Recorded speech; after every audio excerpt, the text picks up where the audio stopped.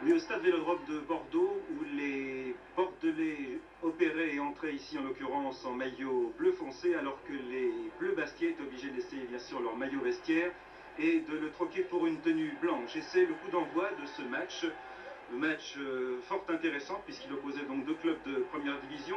Une équipe de Bordeaux qui a rarement été aussi bien placée en championnat. Elle est actuellement en 5e position, chose qui n'était pas arrivée depuis 8 ou 9 ans. Et ici, les Bordelais d'entrée, vous voyez, font craindre le pire avec ce tir de Ferry. Font craindre de pire à la défense bastiaise. Donc Bordeaux très bien placé, mais qui a eu quelques revers ces derniers jours. Par conséquent, les Bordelais ont peut-être manqué le bon wagon européen.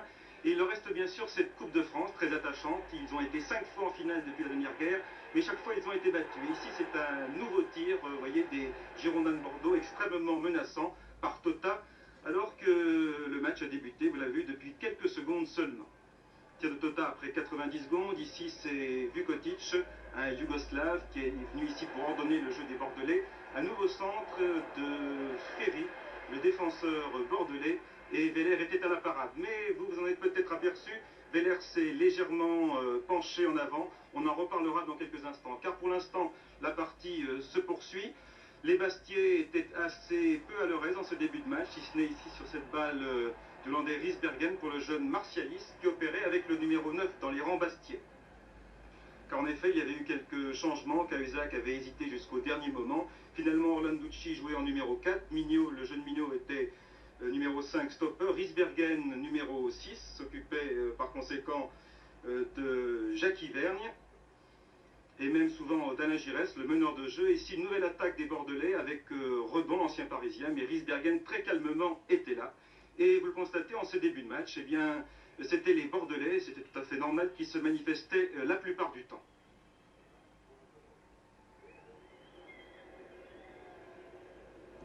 Vous voyez que Marc Veller y va fort doucement, car on va le voir dans quelques instants, eh bien, la partie sera arrêtée durant plusieurs secondes, car le gardien a été touché, mais pour l'instant c'est Alain Giresse, vous voyez, qui se plaint au sol.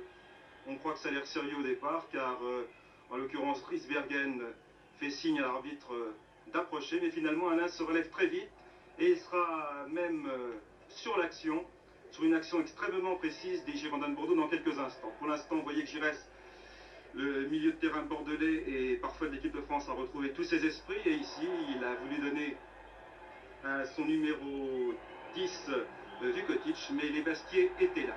Les Bastiais étaient là, mais Riesbergen vient de faire une petite faute, et sur cette petite faute, vous l'avez vu, Alain Giresse s'en est revenu.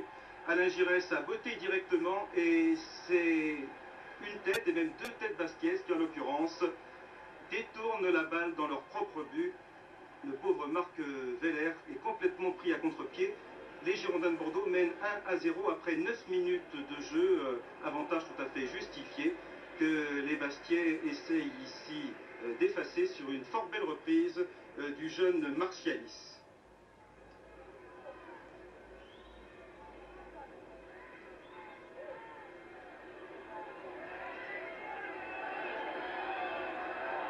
Les Bastiais s'étaient assez peu montrés au cours du premier quart d'heure, mais ensuite, autour de la 20e minute, eh bien, les maillots blancs se manifestaient davantage. Vous le constatez avec cette reprise de Martialis il y a quelques instants.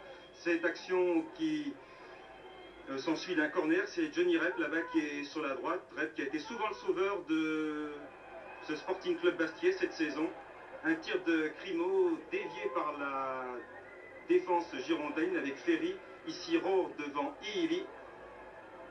Action extrêmement menaçante, un tir de Riesbergen qui tire du droit, mais à 4 mètres à côté des buts de lâcher, alors que de l'autre côté, vous voyez, il y a des problèmes du côté de Marc Veller qui, sur un arrêt extrêmement difficile, s'est fait mal à l'épaule. On lui a posé un emplâtre et Marc Veller aura quelques difficultés à suivre les événements. On craindra le pire, mais finalement tout se passera bien.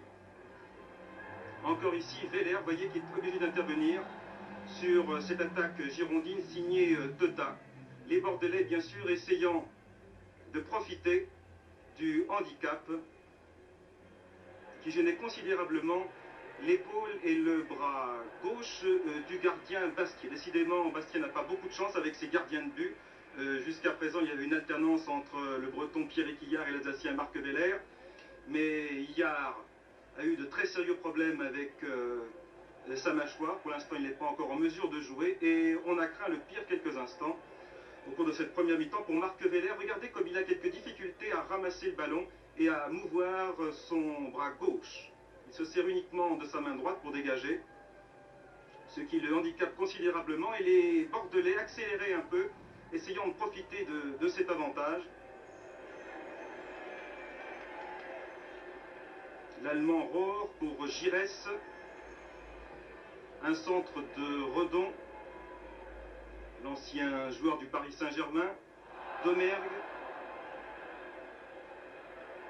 Et ça repart au galop, c'est le cas de le dire, avec Johnny Rep. Johnny Rep qui alerte ici martialiste, 17 ans et demi, beaucoup de talent. Talent qui est d'ailleurs reconnu à l'ancien joueur d'Ajaccio. Il n'a fait que quelques 100 km pour opérer en première division. Balle encore Bastiez, les Bastiais qui se défonçaient, c'est le cas de le dire, en fin de première mi-temps. Et qui, malgré une certaine domination bordelaise, domination assez cuisante quelquefois, eh bien, les Bastiais étaient en mesure de pouvoir égaliser. Vous voyez, sur ces balles extrêmement difficiles pour la défense bordelaise, avec un Papy qui se retrouvait en fin de première mi-temps. Ici, Burghardt, la tête de Papy. Illy sur la gauche. Vous voyez que les défenseurs bordelais avaient du mal à repousser le ballon dans le camp des Bastiais. Toujours Bastia qui se montrait hargneux, vous voyez, en cette fin de première mi-temps. Claude Papy qui va bénéficier d'un corner. Il faut dire que cette Coupe de France est fort importante pour l'équipe corse, qui n'a pas oublié le parfum distillé la saison dernière, ce parfum merveilleux que fut celui de la Coupe d'Europe. Un corner qui en a apporté un autre, mais les Girondins vont pouvoir se dégager. Et finalement, si Bastia attaquait, eh bien, on en restait là à la fin de la première mi-temps. Rien d'autre avait été marqué. 1-0 toujours à la suite du but marqué par Alain Giresse sur le coup franc que vous avez pu suivre. Alors qu'ici, en début de deuxième mi-temps, les Bordelais, vous le constatez, marquent un but, mais les Bastiais lèvent le bras, car on le revoit aussi au ralenti, mais c'était vraiment tangent. Regardez, Jacques Viane est pratiquement à la même hauteur que Charles Orlanducci. Monsieur Delmer pourtant n'hésitera pas et il ne validera pas ce but de Jacques Viane qui aurait donné le 2-0 et beaucoup d'espérance avant les matchs retour aux Girondins de Bordeaux. Ici, c'est Van Stralen qui se fait, disons-le franchement, balancer à l'intérieur de la surface de réparation par Orlanducci, alors qu'il reste 3 minutes à jouer. Les Bordelais ont fréquemment dominé en ces deuxièmes mi-temps. Il y a eu cependant de nombreux contre Bastiais et pourtant aucun but n'a été marqué entre-temps. Et pourtant, on va vivre ici des dernières minutes assez palpitantes, heurtées, un peu à l'image de ce match de coupe qui n'a pas été toujours très à la hauteur du point de vue technique, mais qui a été palpitant au plan de l'engagement, encore que parfois on ait dépassé les frontières de la régularité. Un Bordelais était hors jeu, on joue ici la 88e minute du match. Vous voyez que Weller est toujours légèrement handicapé.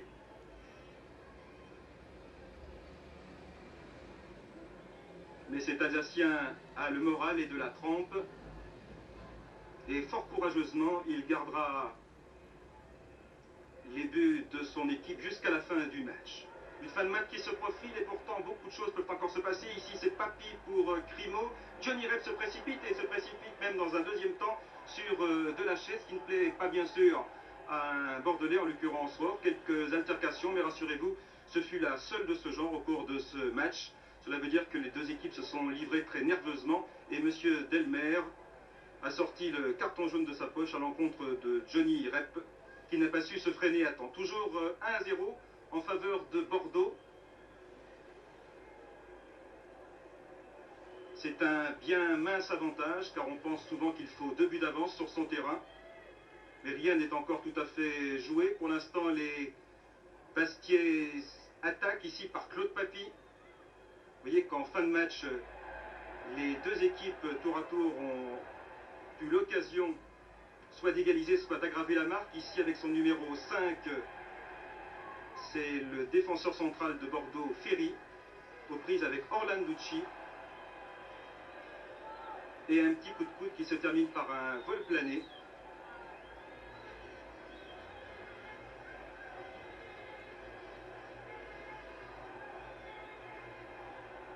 Et vol plané qui va permettre aux Bordelais, ici, par l'intermédiaire d'Alain Giresse, de bénéficier d'un corner dans les toutes dernières secondes de ce match. Veller, qui a été là pendant 89 minutes, qui manque pratiquement, vous voyez, ce ballon sur ce corner. Heureusement, il y avait beaucoup de monde devant la cage de l'infortuné Veller, qui ne s'avouait pas battu cependant une deuxième fois, car ici, les Bordelais attaquaient encore, ils y croyaient jusque dans les ultimes secondes.